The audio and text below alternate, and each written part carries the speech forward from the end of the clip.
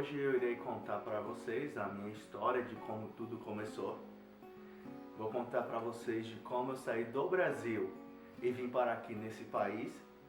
E assim vocês vão saber um pouco sobre como aconteceu comigo, como é viver nos Estados Unidos, quais são os pontos positivos e quais são os pontos negativos, quais são as coisas que no Brasil você ouve que acontece nos Estados Unidos que é totalmente mentira e o que você pode ou não pode fazer aqui.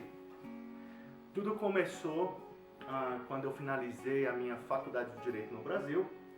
Eu tinha muitos amigos, eu ainda tenho, mas não tenho tantos contatos como antigamente. E eu tinha muitas pessoas importantes nesse ciclo de amizade quando eu estava no Brasil. E lembro-me muito bem que eu estava conversando com um doutor e ele falou: cara, você é muito inteligente para ficar aqui no Brasil. Você é um cara muito esperto. O Brasil é um país ótimo para aposentados, para pessoas que têm um poder aquisitivo muito bom e para crianças. Mas para adolescentes, para pessoas na faixa etária de 18 a 38 a 40 anos, não é um país bom. E aquilo ficou na minha cabeça, pensando, por que não é um país bom? E depois, ao colocar tudo, ou melhor, colocar tudo na ponta da caneta, no papel, fica melhor assim dizendo, eu percebi que ele tinha razão. Eu saía da minha casa com a minha moto para ir para o trabalho no Brasil às 6 horas da manhã para chegar às 7 horas da manhã no trabalho. Ou seja, quase uma hora eu viajando, eu andando com a minha moto de segunda a sexta-feira. Saía do meu trabalho em torno de 3 a 6 horas da tarde, depende do dia, quando eu não precisava fazer hora extra. E chegava em casa em torno de 7h40 da noite, ou seja, o trânsito era maior. E assim fazia com que eu chegava em casa mais tarde. Então não era uma coisa muito benéfica para mim. Final de semana, sábado e domingo, quando eu saía, sempre tinha aquela motinha esperta que queria me assaltar. Mas como a minha moto era um pouquinho mais rápida do que a deles, então sempre eu conseguia dar aquele escape. E isso me deixava um pouco angustiado, porque, poxa, eu trabalhava de segunda a sexta para poder ter um dinheiro para sair no final de semana, para curtir um pouco a vida, e eu não tinha aquela diversão. E voltando àquele assunto que aquele doutor falou para mim, de que eu era uma pessoa esperta e que eu não deveria ficar no Brasil, eu comecei a entrar em contato com a faculdade de Coimbra. Para quem não sabe, fica em Portugal. Entrei em contato, falei, olha, terminei minha faculdade de Direito, eu quero fazer o meu mestrado, eu quero me aprofundar mais na área, principalmente na área de processo civil e tudo isso. E aquele diretor da faculdade falou algumas coisas muito interessantes que eu acabei desanimando. Ele falou, olha, realmente nós gostamos dos brasileiros, nós temos vários brasileiros aqui na nossa classe, mas um dos requisitos que nós precisamos que você faça é apresentar sua tese que você finalizou na sua faculdade ou uma nova em inglês ou espanhol, porque o português de Brasil e o português de Portugal é um pouco similar, então a gente não precisa ter tanta essa preocupação. E ele falou que muitos dos livros que eu precisava ler seriam em inglês. Então por isso que eu precisava saber ou ter esse conhecimento. E eu não tinha o inglês. O inglês que eu tinha era aquele hi, how are you que a gente aprende na escola. De I love you. Algumas coisas do tipo, sabe? Não é aquele inglês que a gente aprende diariamente aqui nos Estados Unidos. Porque você vai para a escola, o professor só fala hi, how are you? E acabou. E essa é a aula de inglês nas escolas do Brasil. E o espanhol, eu tinha um pouco espanhol, mas não era aquele espanhol que eu podia entender tudo. Como eu trabalhei como mensageiro em um hotel internacional no Brasil, então vinha muitos mexicanos, argentinos, chilenos e outras pessoas de outros países que falavam espanhol. Então a gente conseguia se comunicar como olá, como estás, alguma coisa do tipo, que eu nem sei se está certo ou não, mas eles entendiam. E foi engraçado, porque quando ele falou isso, eu falei, poxa, quebrou minhas pernas, não tenho capacidade de ir para Portugal para falar o inglês e eu não sei. E eu tinha um amigo, podemos dizer assim, aqui nos Estados Unidos. E eu estava conversando com ele sobre a minha vida no Brasil, tal, e eu não sabia que ele estava aqui. E eu só falei, cara, beleza? E ele, beleza. Falei as novidades, ele, tô aqui nos Estados Unidos há tantos anos. Eu falei, o quê? Eu vi você há 3 anos aqui no Brasil e você já está nos Estados Unidos. E ele, pois é, eu vim pra cá. E você, Anderson, o que está fazendo? E eu falei, olha, eu estou com planos de ir para Portugal, embora não sei se isso vai acontecer, mas agora já estou economizando dinheiro para que eu possa fazer essa viagem. Eu preciso de, no mínimo, mais ou menos uns 18 mil euros. Que, na verdade, era muito dinheiro na época, porque o dólar estava muito alto, como está hoje, mas estava mais alto ainda. E eu não tinha aquela grana, porque eu tinha muitas coisas para pagar, tinha reformado a minha casa no Brasil, tudo isso, e acabou quebrando as minhas pernas. E ele falou, cara, vem para os Estados Unidos. E eu falei, não brinca comigo não.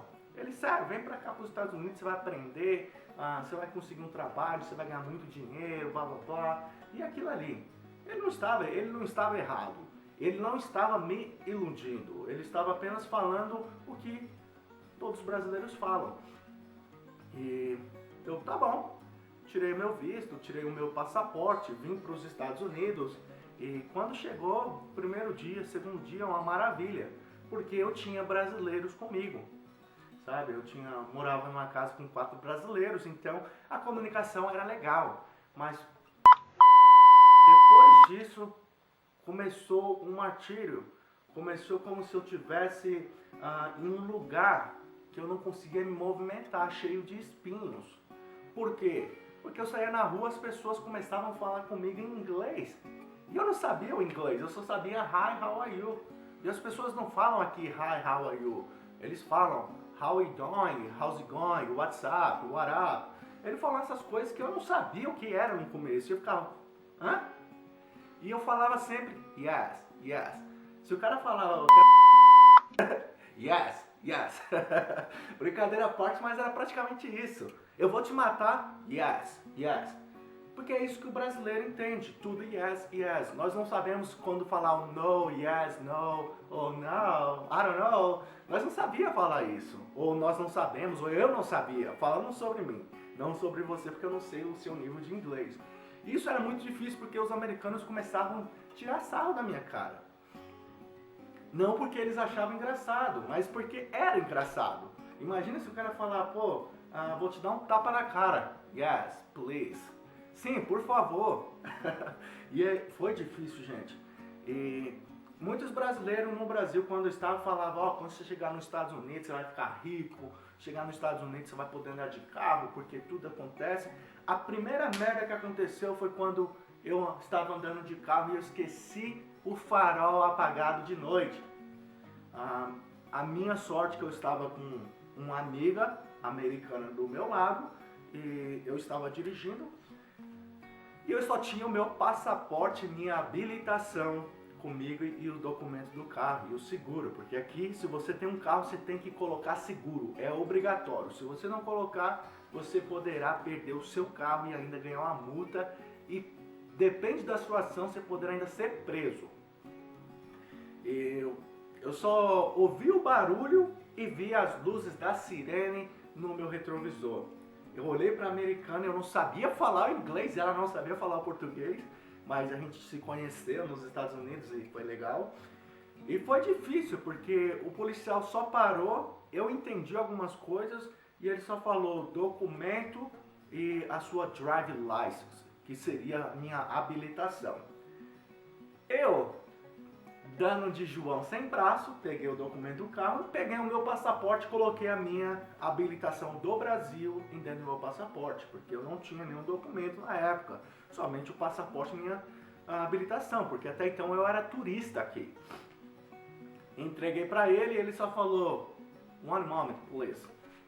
Foi pro carro dele, pra viatura, e eu só olhei para a americana e falei, I'm scared, eu estou nervoso. E ela falou, calm down, relaxa. Eu falei, I don't know what to do, eu não sei o que fazer. E foi engraçado que o policial voltou e só falou assim, excuse me sir, you cannot drive in the West. Eu olhei pra minha amiga e falei, quê? Eu estou falando isso pra vocês porque agora eu entendo, mas antigamente eu não entendia. E ela falou pra mim, Anderson, you can't. And I just, are you serious? E ele falou, yes, I'm really serious. E ele perguntou pra minha colega, do you have a driving license? E ela falou, sim. Ele perguntou, você tem habilitação? E ela falou, sim. E ele, please, switch place. Ele falou, por favor, troca de lugar. E ele falou uma coisa pra mim. Hoje é o seu dia de sorte. Eu não vou te dar uma multa, não vou apreender o seu carro, somente troca. Se eu te pegar de novo, eu vou suspender a sua habilitação brasileira ou eu vou apreender, porque você não tem direito de dirigir aqui nos Estados Unidos. Você não tem permissão. Agora vem um ponto-chave. Muitos brasileiros falam em vídeos, vem para os Estados Unidos, eu dirijo o meu carro, nunca fui parado, acontece isso. Cara, eu não sei o estado que esse brasileiro vive, mas no estado onde eu moro, não se pode andar com carro ou dirigir carro ou moto sem habilitação americana ou então permissão internacional para dirigir, que você retira no Brasil, no Poupa Tempo, e você recebe 6 meses ou 3 meses, depende do estado, para dirigir. Sem essa habilitação, você não pode dirigir nos Estados Unidos. Não pode. Está escrito no consulado americano e brasileiro que você não pode. Primeiro passo, o americano não fala português. Como ele vai entender sua habilitação? Você acha que ele vai andar no carro dele com o Google Tradutor para colocar a sua habilitação e tirar foto e falar, o nome da mãe do cara é Josefina. Você acha que o cara vai fazer isso? O cara não vai perder tempo, ele vai somente te levar para a corte ou te dar uma multa ou aprender o seu carro. Então, coloca isso na cabeça. Brasileiros nos Estados Unidos não pode. Entrou no país, se você dirigir e for pego, é multa. Isso eu falo aqui no estado onde eu moro. Como eu falei, não sei se na Califórnia a lei é diferente, porque cada estado tem uma legislação diferente, mas no estado de Utah não podem. Então essa foi a primeira coisa. Gente, eu quase chorei, porque eu estava somente 3 semanas nos Estados Unidos, sem inglês, sem nada.